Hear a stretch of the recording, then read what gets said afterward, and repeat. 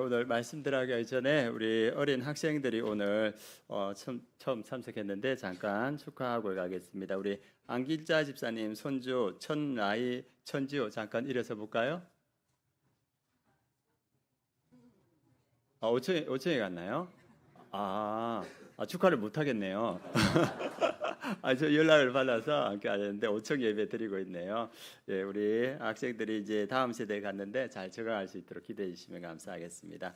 예, 오늘 말씀 제목은 예수님의 마음입니다. 오늘 말씀을 준비하면서 우리 박대화 집사님께서 간증에 대해서 연락이 왔습니다. 아마 오늘 말씀과 이렇게 연결이 되는데 하나님께서도 그렇게 연결시켜 주신 것 같습니다.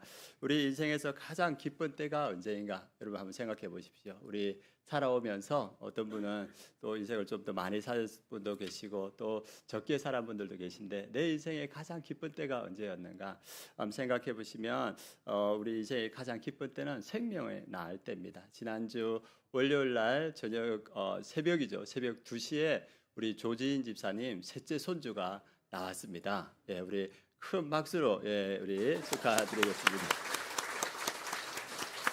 예, 축하드립니다.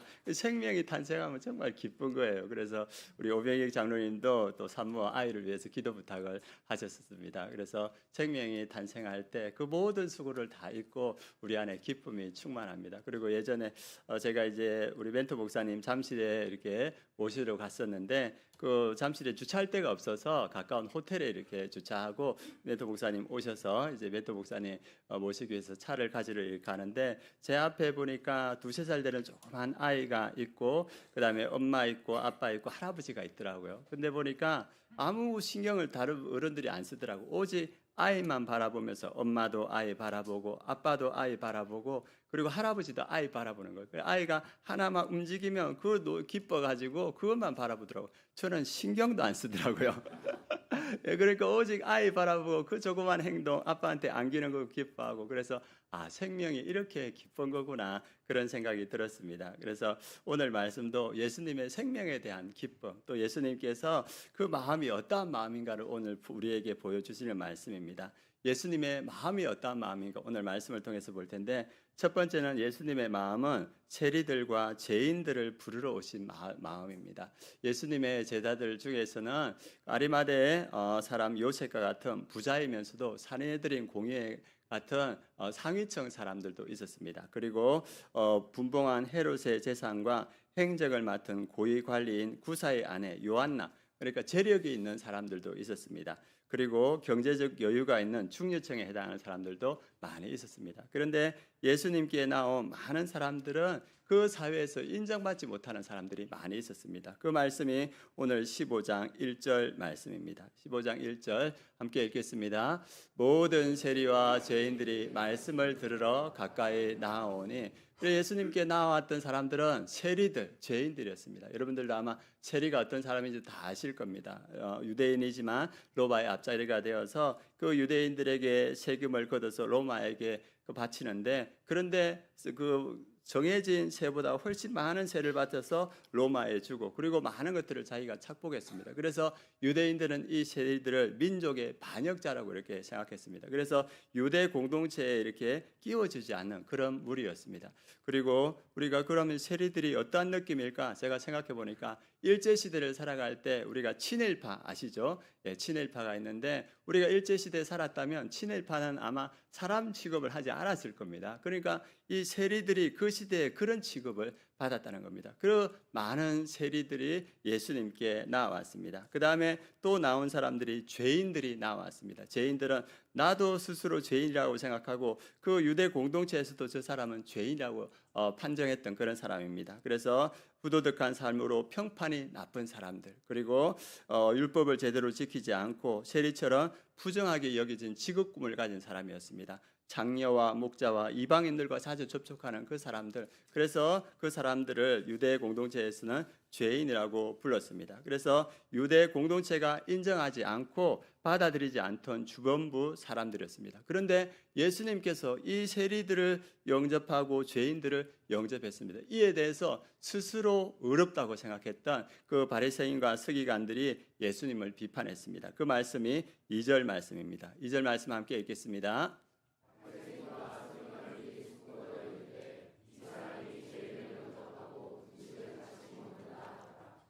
예, 이 바리새인과 서기관들은 스스로를 의롭다고 생각했던 그 사람들입니다. 그래서 이들이 예수님께서 세리와 죄인들을 거절하지 않고 받아들이는 것에 대해서 비판했습니다. 그리고 근데 예수님은 그들을 영접하고 인정해주고 같이 식사를 했습니다. 이 유대 사회에서 같이 식사를 한다는 것은 그들을 인정한다는 표시였습니다. 친밀한 교제의 표시였고, 그 다음에 신뢰와 환대의 표시였습니다. 그리고 그들을 하나님의 자녀로 인정한다는 표시였습니다. 그러니까 이 서기관과 바리새인들은 그것을 받아들일 수가 없는, 그렇게 예수님을 비판했습니다. 저도 이 음식을 같이 먹을 때 그 기쁨이 얼마나 큰가, 예전에도 말씀드렸듯이 가정교회 목회자 그 모임들을 이렇게 하면 제일 먼저 이렇게 하는 것이 이 풍성한 식사를 이렇게 내주십니다. 그래서 풍성한 식사를 먹으면서 어떤 느낌이 드냐 하면, 이 공동체가 나를 신뢰하고 나를 환대해 주는구나, 이런 생각이 듭니다. 그리고 그 식사를 하면서 어떤 생각이 드냐 하면, 이 공동체는 내 마음을 열어도 되겠다, 그런 마음이 듭니다. 그래서 이 같이 식사하다 보면 마음이 열리고 내 이야기를, 내 속에 있는 이야기를 하게 됩니다. 그래서 다음 모임이 기다려지더라고요. 우리 목장에서 하는 그 식사가 또 교회에서 하는 그 우리 애찬의 그런 의미인 줄 믿습니다. 그래서 예수님은 그 세리와 죄인들을 그 식사의 자리로 초대하고 그들과 함께 식사를 하셨습니다. 그래서 이 바리새인과 서기관들은 이 예수님을 비판했는데, 예수님은 직접적으로 말합니다. 내가 이 땅에 온 이유가 무엇인가? 그것이 마가복음 2장 17절에 잘 나와 있습니다. 나는 의인을 부르러 온 것이 아니라 죄인을 부르러 왔노라 하시니라. 스스로 의롭다고 한 사람들을 예수님께서 부르러 온 것이 아니고, 자기가 죄인임을 깨닫고 예수님이 필요한 사람, 내가 그들을 위해서 왔다, 이렇게 말씀하고 있습니다.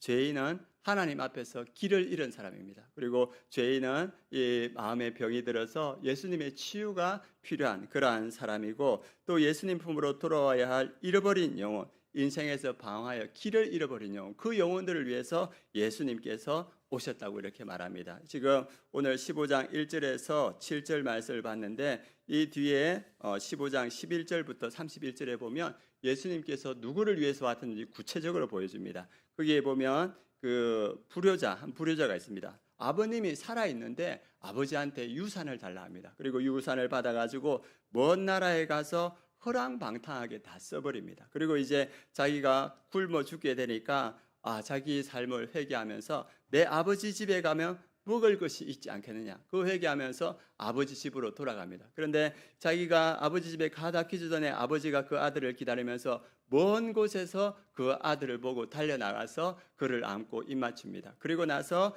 그에게 좋은 신을 신기고 옷을 입히고 반지를 끼워줍니다. 그의 모든 것을 회복시켜줍니다. 그래서 아버지가 말하는 것은 내 죽었다가 살아난 아들이다, 그렇게 해서 이 송아지를 잡아서 큰 잔치를 열어줍니다. 그런데 그 이야기를 들었던 큰 아들이 와서 아버지에게 원망합니다. 뭐라 원망하냐면, 나는 아버지의 말씀을 한 번도 어긴 적이 없는데, 아버지는 나를 위해서 염소 새끼 한 마리 잡아준 적이 없는데, 이 허랑방탕한 이 죄인 아들에게는 어찌하여 이 송아지를 잡아서 잔치합니까? 이렇게 원망하는 겁니다. 그때 아버지가 뭐라 하냐면, 이 아들은 죽었다가 살아난 아들이 아니냐, 이렇게 말합니다. 여기서 큰 아들은 누구겠습니까? 오늘 나오는 세리와 그 바리새인과 서기관을 말합니다. 작은 아들은 누굽니까? 세리와 죄인들을 말합니다. 아버지의 마음은 누구냐? 세리와 죄인들을 찾고 그들을 위해서 찾아 나서는 그 예수님의 마음을 보여주고 있습니다. 그래서 예수님의 마음은 언제나 세리와 죄인들에게 가 있습니다. 그러면 이 시대에 예수님이 이 땅에 오신다면 예수님은 누구를 찾아가겠습니까? 세리와 죄인들을 찾아가시겠죠. 그래서 이 시대에 사회적으로 거부당하고 공동체 밖의 사람들, 스스로도 죄인이라고 생각하는 그 사람들을 예수님께서 찾아갈 것입니다. 여러분들 여의도 순복음교회 잘 아실 겁니다. 그 교회에 처음 이렇게 교회에 나왔던 사람들이 어떤 사람입니까? 그 기록에 의해 보면 대부분 가난하고 병들고 사회적으로 의지할 곳이 적었던 사람, 가난이 됐던 서민들, 그리고 병든 사람, 판자촌 주민, 삶의 희망이 절실했던 주변부 사람이었습니다. 그래서 세상적으로 보면 보잘것없는 사람들이 여의도 순복음교회에 전도받아서 나왔습니다. 그런데 그 사람들이 여의도 순복음교회에서 은혜 받고 변화되어서 지금의 여의도 순복음교회를 세우는 그 발판이 되었습니다. 그래서 우리 예수님은 누구에게 마음이 있는가? 세리와 죄인들에게 마음이 있다. 그리고 그 세리와 죄인들을 믿음으로 변화시켜서 하나님의 나라를 이루어간다, 이렇게 말합니다. 예수님의 제자 중에서도 세리 마태가 있습니다. 그래서 예수님은 그 세리 마태를 부르셨고, 베드로를 부르실 때도 베드로가 예수님 만나서 뭐라 하냐면 나는 죄인으로서이다, 나를 떠나소서, 이렇게 말합니다. 그 죄인과 같은 세리와 같은 제자들을 불러서 그들을 믿음으로 훈련시켜서 하나님의 나라를 이루어가는 것이 하나님의 방법입니다. 저도 예전에 말씀드렸듯이 가난한 노동자의 아들로 태어났습니다. 저도 가난했고 많이 배우지 못했는데 그 예수님을 품고 저에게 복음을 전하고 예수님께 인도한 그 은혜를 통하여서 예수님을 만나게 되고, 그리고 변화되어서 공부할 수 있는 기회가 열리고, 그리고 지금 이곳에 서서 여러분들과 함께 하나님의 나라를 이루어가고 있습니다. 예수님은 세리와 죄인을 부르신 줄 믿습니다. 오늘 말씀을 통해서 우리에게 주시는 말씀은 뭐냐 하면 너희도 세리와 죄리를 품는 그 마음을 가지길 원한다. 예수님께서 오늘 말씀을 통해서 우리에게 말합니다. 두 번째, 예수님의 마음은 잃어버린 한 마리 양을 찾아 나서시는 마음입니다. 예수님께서 자신의 마음이 어떠한 마음인가를 말씀을 통해서 보여주십니다. 어떤 사람에게 양 100마리가 있습니다. 여러분 생각해 보십시오. 여러분에게 양 100마리가 다 있는데 그 중에 한 마리 양을 잃어버렸습니다. 그러면 여러분들 99마리를 지키겠습니까? 한 마리를 찾아가겠습니까? 예, 당연히 99마리를 지키죠. 한 마리를 잊어버렸으니까 어쩔 수 없죠. 그런데 예수님은 그 한 마리를 찾아내기까지 찾아다니십니다. 그러면 우리가 오늘 말씀을 통해서 볼 텐데 99마리는 누구를 말하겠습니까? 예, 오늘 말하는 바리새인과 서기관들, 스스로 어렵다고 생각하는 그 바리새인과 서기관이 99마리 양이라 볼 수 있습니다. 그러면 잃어버린 한 마리 양은 누구겠습니까? 예, 세리와 죄인이죠. 그래서 예수님은 그 세리와 죄인, 잃어버린 양들을 찾아서 이렇게 나아간다는 겁니다. 그런데 이 바리새인과 서기관들은 어떻게 생각하냐면 그 세리와 죄인들은 잊어버려도 상관없다, 이렇게 생각하는 거예요. 그런데 예수님의 마음은 그렇지 않다는 겁니다. 그 잃어버린 한 마리 양을 예수님은 끝까지 찾아가십니다. 예수님의 공생애를 보면 예수님께서 온 유대와 사마리아를 다니면서 그 잃어버린 세리와 죄인들을 찾아다니십니다. 한번 지도를 한번 보여주시겠습니까? 예수님은 한 곳에 머무지 않고 공생애 3년 동안 온 유대와 사마리아를 다니면서 세리와 죄인들을 찾으시고 그들에게 구원의 은혜를 주셨습니다. 우리가 잘 아는 사마리아의 수가성 여인, 그 여인은 5번이나 결혼하고 그 공동체에서 받아주지 않던 여인이었습니다. 그런데 예수님께서는 그 사마리아, 그 뜨거운 때 그 여인을 찾아가십니다. 그리고 그 여인을 구원해 주십니다. 우리가 잘 아는 삭개오도 세리장으로서 돈은 많았지만 그 유도 공동체에서 인정받지 못하고 예수님이 왔을 때 자리를 비켜주지 않아서 나무 위에서 예수님을 봐야 됐습니다. 그런데 예수님은 그 삭개오까지 찾아가고 어디까지 찾아가시냐면 예수님은 십자가 위에까지 가십니다. 그러면서 자기 옆에서 죽어가는 그 강도까지 만나주십니다. 예수님은 일평생 이 세리와 죄인들, 잃어버린 한 마리 양을 찾아서 이 온 유대와 사마리아를 다니면서 밤에는 서리를 맞으시고 낮에는 뜨거운 떼역백에서 어떨 때는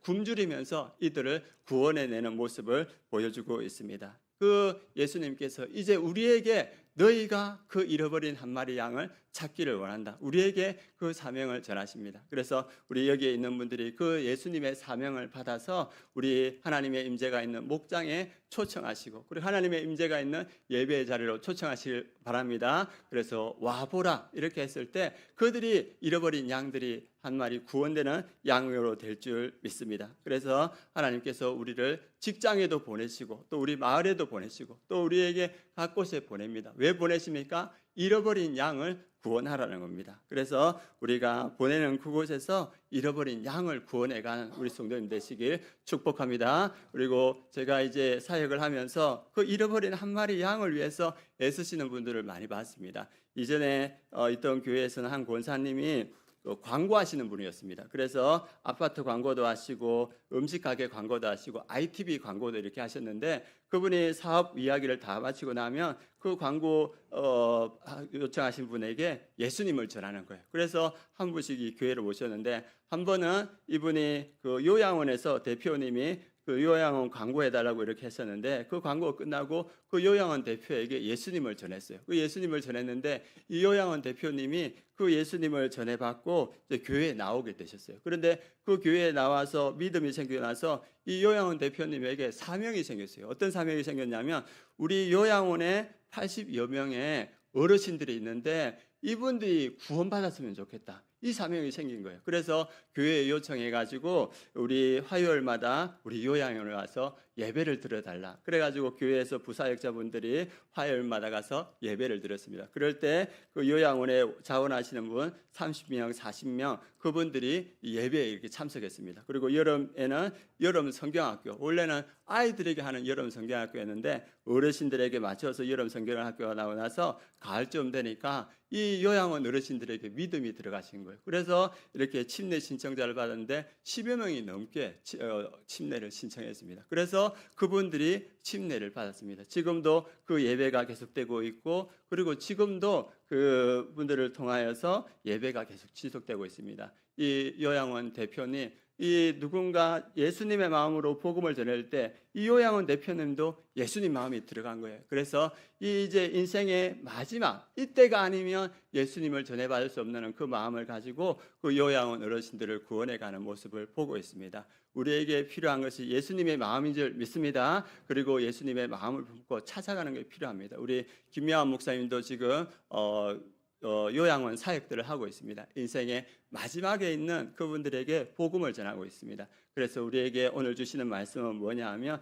예수님의 마음을 품고 잃어버린 그 양을 찾아가라 이렇게 말하고 있습니다. 또 한때 같이 했던 천만식 장로님이라는 분이 계신데 이분은 외항선 선원입니다. 외항선 선원인데 그 외항선에서 요리하시는 분이에요. 요리하시는 분인데 내가 이 외항선에서 뭘 할 수 있을까? 그런데 이분이 생각한 거 뭐냐 하면 내가 요리를 할 수 있으니까 이것을 통해서 복음을 전하겠다. 그래서 그 외항선 컨테이너선이나 이렇게 큰 배에서 부분이 요리를 맛있게 이렇게 준비하고 나서 그 선원들을 다 부르는 거예요. 그리고 잘 먹이고 나서 뭐 하겠습니까? 거기서 이제 예수님을 전하는 거예요. 그래서 일주일에 한 번씩 요리를 잘 준비하고 그분들에게 예수님을 전하고 그래서 배가 바뀔 때에도 한국인 선원도 부르고 외국인 선원도 불러서 그곳에서 복음을 전하고 있습니다. 이 장로님의 사명은 뭐냐? 주님께서 나를 이 배에 부르셨다. 그래서 내가 이곳에서 잃어버린 양을 구원하겠다. 그래서 그분은 보내신 그 배에서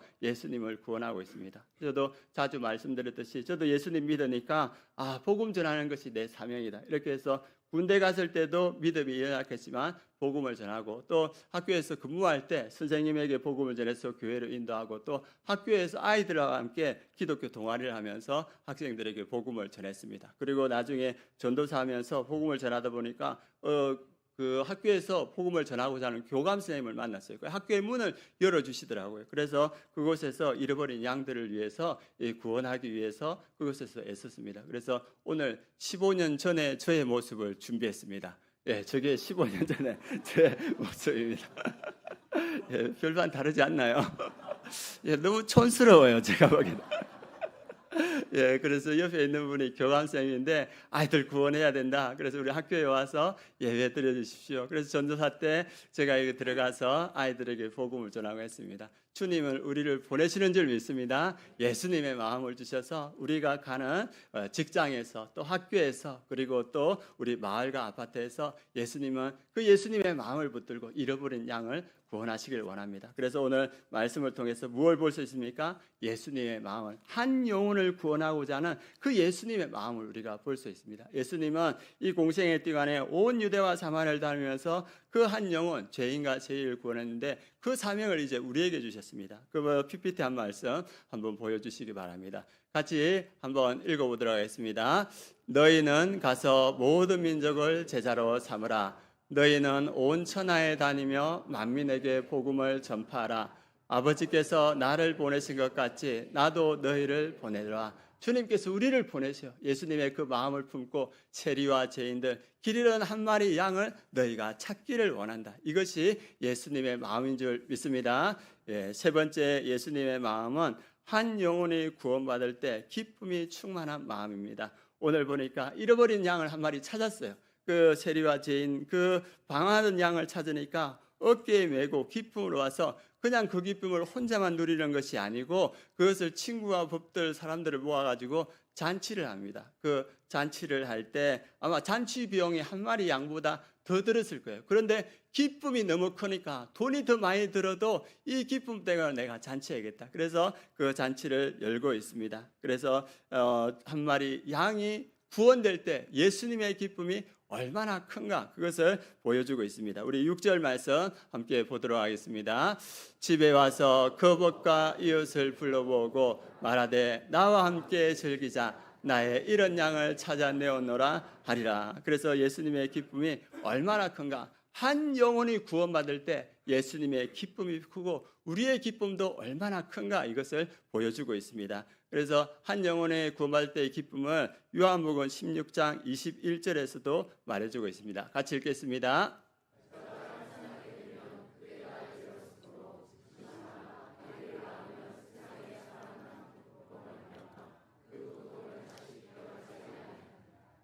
이것은 예수님께서 죽으시고 부활할 때 제자들이 느끼는 기쁨이기도 하지만 한 영혼이 구원받을 때 하나님이 주시는 기쁨입니다. 한 아기를 낳으면 이전에 얼마나 고통스럽습니까? 10달 만에 이 아이를 낳아야 되니까 10달 동안 먹는 것도 조심하고 입도 또 참아야 되고 여러 가지들을 다 참아야 되는 고통이 있습니다. 제일 힘들 때가 아이를 낳을 때 언제 힘듭니까? 아이를 낳을 때죠. 그죠? 그때는 얼마나 해산의 고통이 큽니까? 우리 남자들은 몰라요. 그래서 아마 군대를 가는 것 같습니다. 예, 그 해산의 고통이 너무 크다는 거예요. 제 친구 아내가 이렇게 첫 아이를 임신했는데 산통을 3일을 했대요. 네, 3일을 산통했답니다. 그래서 산통을 하는데 이제 견딜 수 없어서 제왕절개를 해야 된다. 의사 이렇게 말하고 그리고 남편은 그 아내 옆에 있는데 아내가 너무 고통스러우니까 아이는 자궁에 걸려서 이제 어떻게 될지 모르고 이제 제왕절개를 해야 된다고 생각하니까 이 남편 제 친구가 그 아내 옆에서 콘크리트 바닥에 무릎을 꿇고 울면서 기도했답니다. 하나님, 제 아내 지켜주시고 이 아이 지켜주십시오. 그렇게 울면서 기도했는데 다행히 아이가 태어난 거예요. 아이가 태어났는데 아이도 얼마나 힘들었는지 아이가 태어날 때 머리가 꽃갈콘처럼 나왔대요. 예, 그 자궁에 걸려가지고 이 아이도 그만큼 힘든 거예요. 그래서 해산의 고통이 얼마나 큰가 이것을 볼 수 있습니다. 그래가지고 아이를 태어났는데 이 태어나고 나서 이 생명의 기쁨이 얼마나 큰지 제 친구 아내가 이후에 내리 3명을 낳았습니다. 예.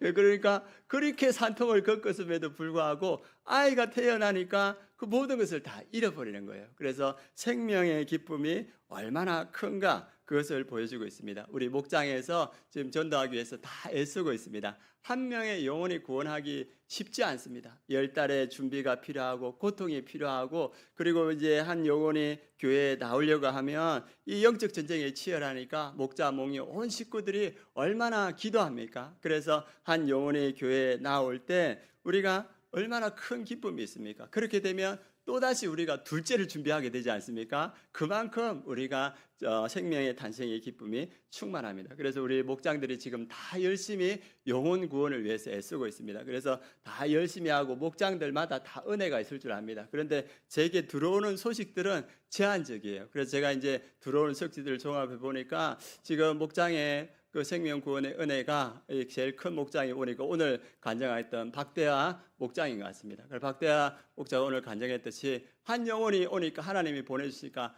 밤에 잠이 안 온다는 거예요. 예, 그만큼이 큰 거예요. 그래서 병원 원장님이 이 목장에 이제 목장 모임에 참석했다 하더라고요. 그리고 목장이 오고 그러니까 기쁨이 너무 크고 목원들도 이 VIP를 위해서 애쓰더라고요. 왜 그렇습니까? 이 안에 생명의 기쁨이 있기 때문입니다. 그리고 또 제가 보니까 이 오영일 목장에 이제 새로운 영혼들이 와서 그 안에서 잘 믿음으로 성장하는 거예요. 그걸 지켜보는 기쁨도 너무 큰 거예요. 그래서 목원들이 야 너무 행복하다, 너무 기쁘다 말하는 겁니다. 생명이 탄생하는 기쁨이 크고 그 생명이 자라는 기쁨이 너무 크다는 겁니다. 우리 목장들마다 이 기쁨이 충만하길 바랍니다. 예, 제가 이 두 목장만 이야기하는 건 들어온 총보가 두 목장밖에 없어서 그런 거예요. 그래서 우리 목자들이 목장 보고서에 그 은혜들을 함께 나눠주시면 또 우리 성도들과 함께 나누겠습니다. 그런데 이제 영적 원리가 있습니다. 우리 장로님도 이제 목장에 이야기하셨다고 하는데 아무리 좋은 목원으로 목장이 구성되어도 그 목장이 2, 3년 새로운 생명이 없으면 목장이 힘든 거예요. 목장이 지치고 목자, 목녀가 지치고 목원들이 지치는 거예요. 그래서 우리 안에 새로운 생명이 들어와서 그 기쁨이 충만한 우리 모든 목장 되길 축복합니다. 예, 그 은혜를 오늘 말합니다. 그리고 이 은혜, 생명의 은혜, 생명의 기쁨이 이 우리 성도님들과 그리고 예수님만이 아니라 그 기쁨이 더 크다는 것을 오늘 7절 말씀에서 말해주고 있습니다. 우리 7절 말씀 같이 읽겠습니다. 내가 너에게 이르노니 이와 같이 죄인 한 사람이 회개하면 하늘에서는 회개할 것 없는 의인 99으로 말미암아 기뻐하는 것보다 더하리라. 죄인 한 사람이 와서 회개하고 예수 그리스도를 믿으면 우리도 기쁘고 그리고 예수님도 기쁘고 그리고 하늘에서도 하나님의 사자들에게 큰 기쁨이 되고 마치 잔치가 열리는 것처럼 된다는 겁니다. 그래서 이 한 영혼이 구원받는 것, 그것이 얼마나 기쁜가 우리 성도님들과 우리 모든 우리 지체들이 알았으면 좋겠습니다. 그래서 하나님은 그 죄인 한 사람을 믿음으로 변화시키고 그들을 통해서 하나님의 나라를 이루어간다. 그것을 기억하는 성도님 되시길 원합니다. 제가 한 번씩 우리 믿음의 선조들에 대해서 이야기하는데 오늘 그 얘기를 하고 말씀을 마치도록 하겠습니다. 우리 조선에서 최고의 맹인 점장이가 있었습니다. 그분의 이름이 백사겸이라는 사람인데 어렸을 때 두 눈을 잃어버리고 고아가 됐어요. 생각해 보십시오. 어렸을 때 부모님이 없어요. 그리고 눈이 보이지 않아요. 그래서 이분 백사겸이라는 분이 점술 뭡니까 이게 저는 안 가봤는데 이렇게 점을 치는 게 있다, 통이 있다 하더라고요. 그것을 배워서 이게 유명해져서 고향의 백장님이라 불리면서 조선 최고의 쪽집게 점쟁이가 되었다고 합니다. 그래서 점쟁이로 막대한 부를 쌓았는데 이분의 마음의 고민이 뭐냐 하면 내가 거짓으로 이것을 해가지고 이렇게 부를 쌓았는데 너무 죄책감이 드는 거예요. 그래서 내가 어떻게 해야 하나 고민하고 있는데 어느 날 꿈을 꾸었는데 자기 앞에 책이 하나 놓여 있고 하나는 자기가 점치는 점통이 하나 놓여 있더래요. 그래서 이 꿈이 너무 명확한 거예요. 그래서 이 백사겸이라는 사람이 이게 무엇일까 했는데 그 하나님의 마음, 예수님의 마음을 품었던 예전에는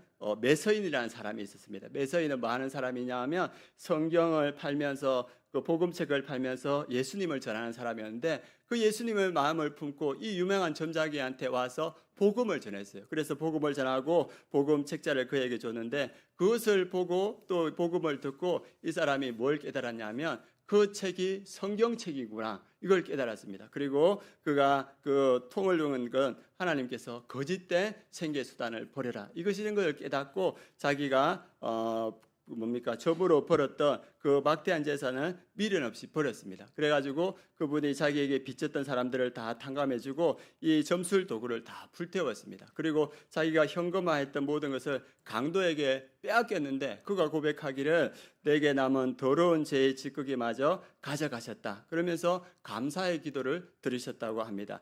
그리고 나서 세상 사람들은 부정한 재물을 버리고 회개한 그를 조선의 삭개오라고 이렇게 불렀다고 합니다. 그래서 하루아침에 빈털터리가 된 맥인 존스 아버지 곁에서 그의 든든한 눈이자 그의 길잡아게 해준 사람이 있었는데 백남석이라는 아들이었습니다. 그래서 가난 속에서도 아들은 앞을 보지 못하는 아버지에게 늘 성경을 이렇게 읽어주었다고 합니다. 아버지는 아들의 목소리를 통해서 그 성경을 듣고 그 성경을 다 외우신 거예요. 그래가지고 선교사의 기록에 의하면 이 백사겸은 모든 성경을 다 기억하고 있다. 그리고 이 백사겸이 전국을 다니면서 13년 동안 복음을 전했는데 이 맹인 점쟁이였던 백사겸을 통해서 수많은 사람들이 예수 그리스도를 믿었다고 기록에 있습니다. 그래서 이 옆에 있던 아들 백남석은 끊임없이 아버지에게 말씀을 들려주면서 믿음이 점점 자란 거예요. 그런데 이 두 부자, 백사겸, 백남석 부자 돈을 다 버리고 십자가의 길을 따라가는 그 모습을 본 사람이 있는데 이 서양 선교사님들이 이 두 부자를 보고 감동을 한 거예요. 그래서 서양 선교사님들이 돈을 모아서 장학금을 마련해서 이 백남석을 미국에 유학을 보냈습니다. 그래서 이 백남석이 미국의 에머리 대학교에 이렇게 다니고 와서 지금의 연희전문대학교, 어느 대학입니까? 연세대 영문과 교수님이 되었어요. 그리고 이제 그 시대에 많은 민족 지도자, 민족의 영적 지도자들을 길러냈습니다. 그래서 이 백남석이 어떤 사람인가 한번 PPT 보여주시겠습니까? 맹인 전도자 백사겸, 자기의 모든 것을 버리고 이 복음을 전했던 사람이고, 그리고 백남석은 연희전문학교 영문과 교수, 그리고 지금의 주일학교의 바탕을 만든 사람이 백남석입니다. 그리고 여러분들이 잘 아는 가을이란 동요 아시죠? 가을이라 가을바람, 그 다음에 뭐죠? 그 다음에는 모르시죠? 저도 몰라요. 그 동요가 이 사람의 손에서 창작되었습니다. 우리 예수님은 죄인과 세리들을 불러서 그들을 믿음으로 세우고 그들을 세상의 중심에 세워서 하나님의 나라를 이루어 가시는 분입니다. 그래서 고린도전서 1장 27절 28절에 이렇게 말합니다. 하나님은 세상에 미련한 사람들, 약한 사람들, 천한 사람들, 멸시받는 사람들, 없는 사람들을 찾아가서 부르신다. 그래서 세상에 죄인들과 세리들을 부르신다는 거. 그들을 통해서 부한 사람들, 강한 사람들, 모든 것을 가진 사람들을 부끄럽게 하시며 피하신다. 예수님은 세리와 죄인들은 그 12제자를 부르셔서 그들을 믿음으로 세우시고 그들을 세상의 중심에 세워서 하나님의 나라를 이루어 가십니다. 오늘 예수님께서 우리에게 하시는 말씀은 뭐냐 하면 너희가 나의 마음을 가졌으면 좋겠다. 예수 그리스도의 마음을 가지고 세리와 죄인들을 너희가 품었으면 좋겠다. 그리고 그 마음으로 한 마리 잃어버린 양을 구원해서 주님께로 인도하고, 그리고 하늘이 주는 그 기쁨이 너희 가운데, 너희 목장 가운데, 너희 교회 가운데 충만하길 원한다. 이렇게 도전하는 줄 믿습니다. 그래서 우리 모든 성도님들이 예수 그리스도의 마음을 품고 그 한 마리 잃어버린 양들을 찾아 나서는 우리 성도님 되시길 축원합니다.